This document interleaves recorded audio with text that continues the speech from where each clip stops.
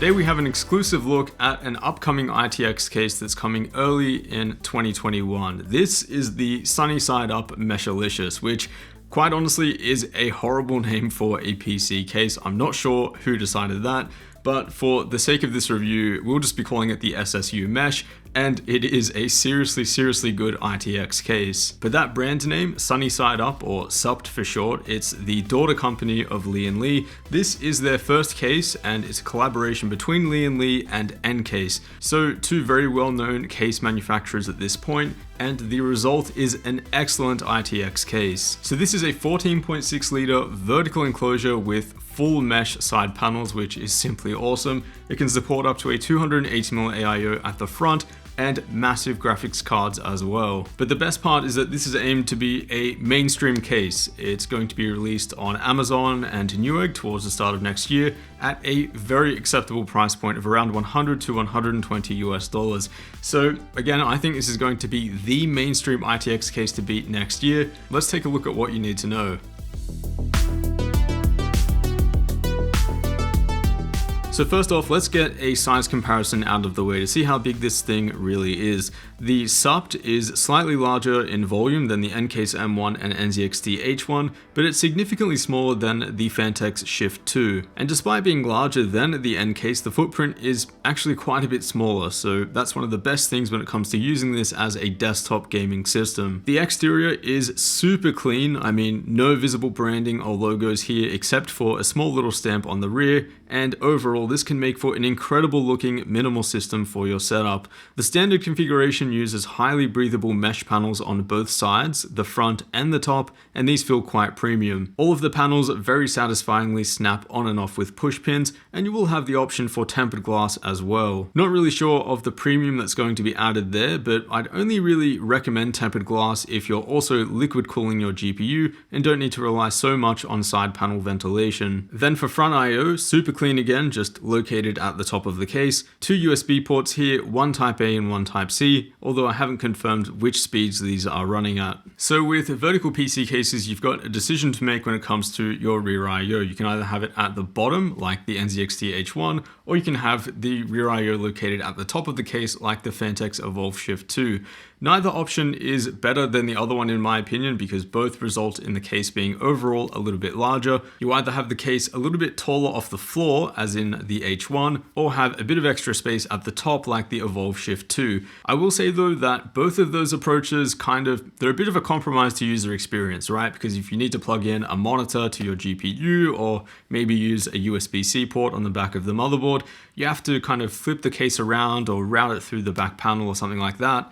But this case does things quite a bit differently because the rear I/O for the motherboard is located directly at the back. So the way that the SSU Mesh gets around this is by cleverly folding the GPU riser cable at a 45-degree angle, allowing the motherboard rear I/O to be still directly pointed out the back of the case and for the GPU to be mounted vertically. In my opinion, this is the best layout of a vertically oriented small form factor case. Rear I/O is so much easier to access, and you still benefit from that nice compact footprint. However, we still run into the issue of the graphics card I/O being pointed directly downwards, and here it's actually pretty bad because a regular DisplayPort or HDMI cable is just impossible to insert. So the solution to this is to use a cable with a 90-degree port. They do include a 90-degree HDMI cable in the box, but seeing as a lot of gaming monitors these days require DisplayPort 1.4 to get the full refresh rate out of, I'd also recommend grabbing a 90-degree DisplayPort adapter. Connecting the cable is still relatively easy though, thanks to the cutouts in the bottom, and in my opinion this is a sensible compromise to the unique layout. But now let's make our way to the interior of the case, which is surprisingly really simple and straightforward. In fact, it reminds me a lot of the Chimera Mac 1 prototype, which we had a look at over 2.5 years ago, which unfortunately never saw production. So it's your typical sandwich layout with your motherboard and power supply on one side and your graphics card on the other, and then we can mount up to a 240 or 280mm radiator at at the front. So from memory, this makes the SSU mesh the smallest case that I've reviewed that can support up to a 280mm radiator, and not only that, but we have up to 65mm of clearance between the front panel and the spine of the case. So your standard 280mm AIOs will fit just fine here, leaving you with around 10 to 12mm of extra clearance. I'd recommend installing an AIO like I've done here, routing the tubes from the bottom, behind the power supply, and then up to the pump block. It is possible to route the tubes from the top and then around the cutout in the motherboard tray, but I think you'll just end up with some really awkward tube routing. Having the tubes at the bottom makes for a much simpler layout. Of course, you could go with air cooling if liquid cooling is not your thing, and being a full mesh enclosure, I think the results would be pretty good. However, you only have up to 72mm of clearance, which is kind of one of the compromises of a sandwich layout case versus something like an NR200 or an N-Case M1. So 72mm of clearance, that kind of leaves you with a Noctua NHL12S as one of the most recommended options. ATX power supplies are also supported here, but I'd highly recommend avoiding them in this case. You'll just end up with way too much cable slack, and there's also no room left to mount an AIO at the front. SFX and SFXL are the way to go in my opinion. There's plenty of high power options out there on the market. This way you also have a bit of extra room left between the power supply and the graphics card for cable management. I'll also note that facing the power supply fan outwards was the only way that I was able to install this specific unit, which is the SF600 Platinum from Corsair. Otherwise, the included 24-pin cable is just not long enough. 315mm long 3-slot graphics cards can be installed here as well, with a height of up to around 140mm,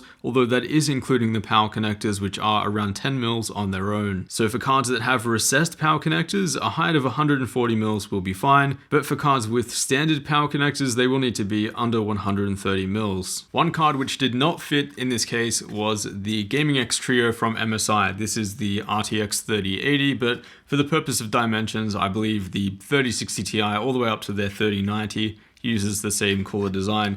The length of this card pokes out here at around 325mm, so I couldn't actually get this installed in this case. The card that's in there at the moment is the ROG Strix RX 5700, and that comes in at 305mm in length, and that was no issues getting it in there. So I don't have an official spec of what is technically supported just yet, but it seems to be around 315mm. And I'll also mention that being a sandwich layout case, as we've seen in previous testing, flow-through cooler designs like this one where you have the fan on the backplate or where the backplate would be, are not expected to work well with this case. So I haven't tested this just yet, but you can only expect that having the fan directly against where the motherboard is, that's just not going to make sense thermally. Now in terms of storage, despite most ITX builds these days just using a couple of onboard M.2 NVMe drives, you can install up to 3 2.5-inch drives in here as well, 2 on the floor of the case and then 1 towards the bottom of the spine behind the power supply. If that's not enough and you are trying to build a system that's mostly based around a lot of storage, you can use a shorter graphics card mounted horizontally using the expansion slots towards the top of the case,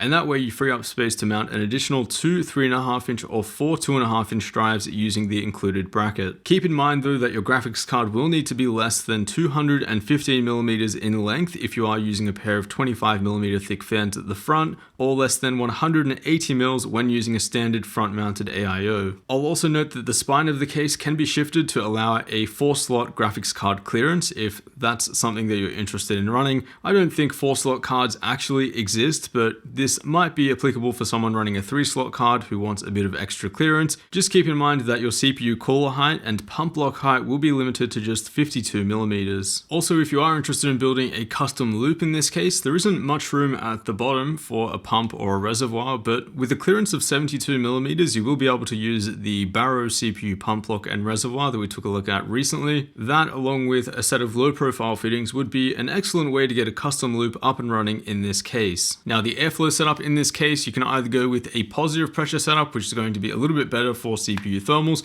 or a negative pressure setup, which is going to be a little bit better for GPU thermals.